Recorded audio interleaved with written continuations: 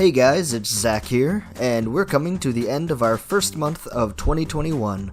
So, I wanted to take this opportunity to start a new segment on Pajama Theater.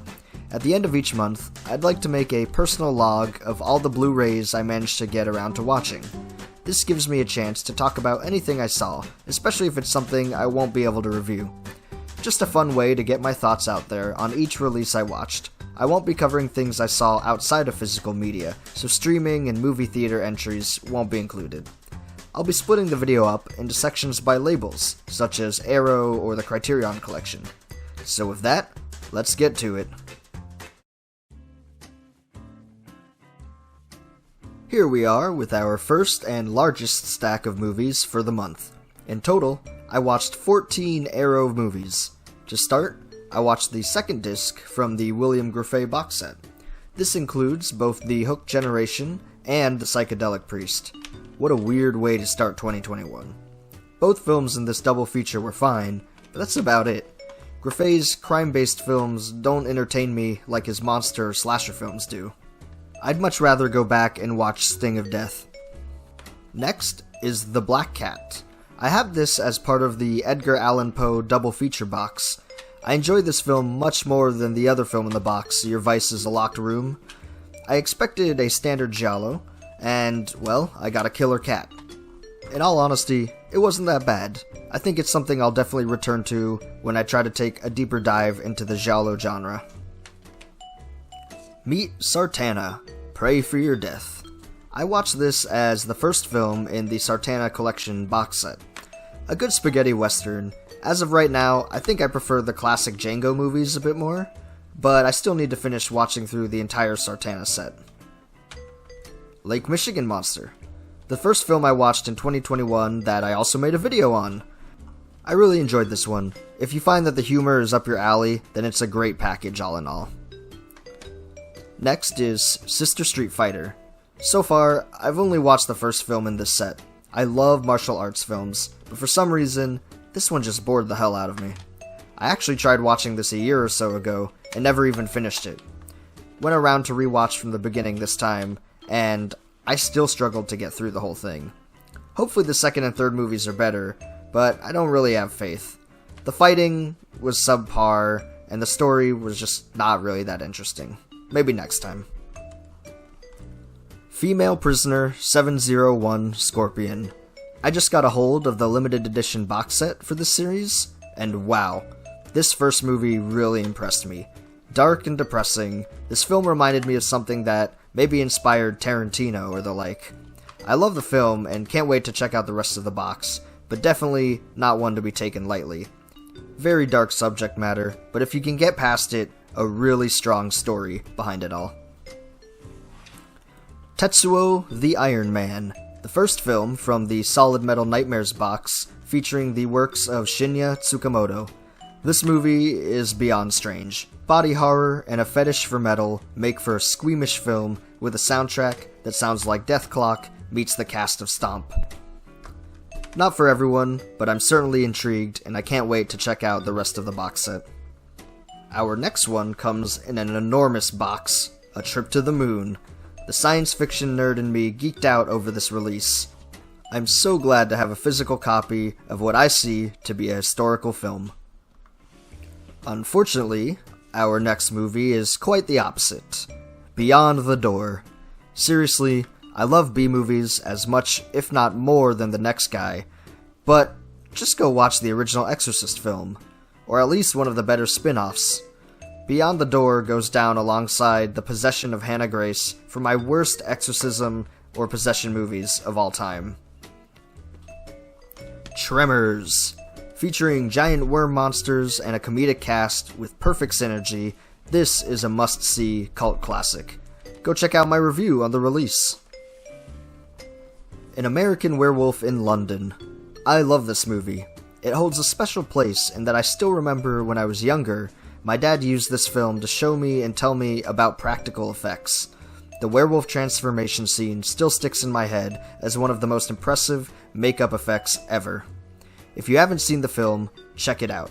A classic cult film and a perfect contender in the lineup of werewolf movies. Rec or Record.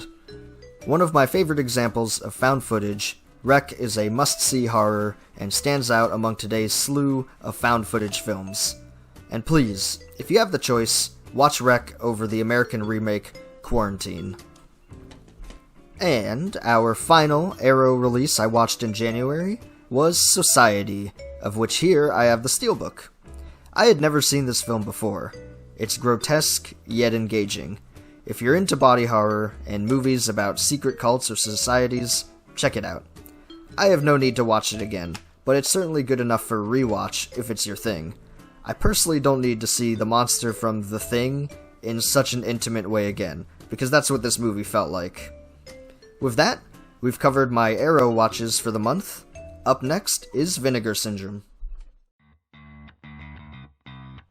So, January 2021 marks my introduction to Vinegar Syndrome.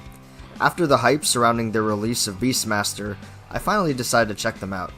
I purchased their January standard package, which came with their 4 horror releases for the month. So far, I've watched Cthulhu Mansion and Dark Tower, both of which I have reviews for up. Neither movie is groundbreaking, but if you're into low-budget horror and cheesy stories, both releases were perfect in that way. Between the two I've watched here, Dark Tower is probably my favorite pick. It had more creative scare scenes, and I'm a sucker for Michael Moriarty in detective mode. Otherwise, next month, we'll see much more Vinegar Syndrome for me. Up next is the Criterion Collection. Always a great catalog. This month, I watched some of my favorite Criterion releases, both for the first time as well as rewatches. First up, A Matter of Life and Death. I had never seen this before, but have long been told to watch it. Well, it doesn't disappoint. A true classic, this is a must-see film, and it's pushing me to look out for more Powell and Pressburger in the future, especially around those Criterion sales. Next up, Island of Lost Souls. This is one of those films I'm now watching after having read the source material back in grade school.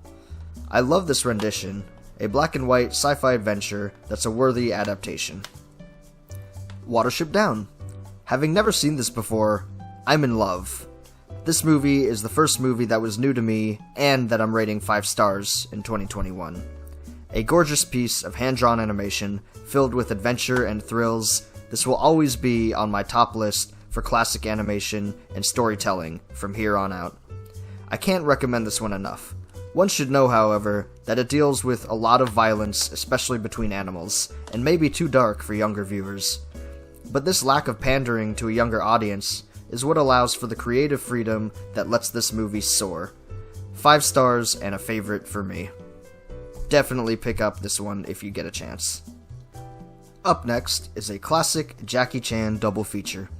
These movies are like martial arts comfort food for me. Chan's fighting in Police Story and Police Story 2 is both thrilling and comedic. One thing he does best that I just can't seem to find anywhere else is environmental fighting. Many of his fight scenes involve using all the various props and structures in the area, whether to vault off of, dodge through, or even weaponize. If anyone has never seen a Jackie Chan film, the Police Story duo is a great introduction to classic Chan. Ministry of Fear. I'll be honest, I went into this thinking it was a dystopian film for some reason. Color me shocked when the film slowly revealed its secrets, as I watched in both confusion and intrigue. A great spy noir film, Ministry of Fear gets a recommendation from me. My final Criterion watch for the month was Ingmar Bergman's The Magician. My 4th attempt at getting into Bergman, I just can't seem to do it. Every film I've tried to watch of his has always taken at least 2 sittings because I always seem to fall asleep. The Magician was no different. I watched this in 2 sittings, and by the end, I can appreciate the film, but I have no desire to rewatch it. Maybe it's a sign Bergman just isn't for me.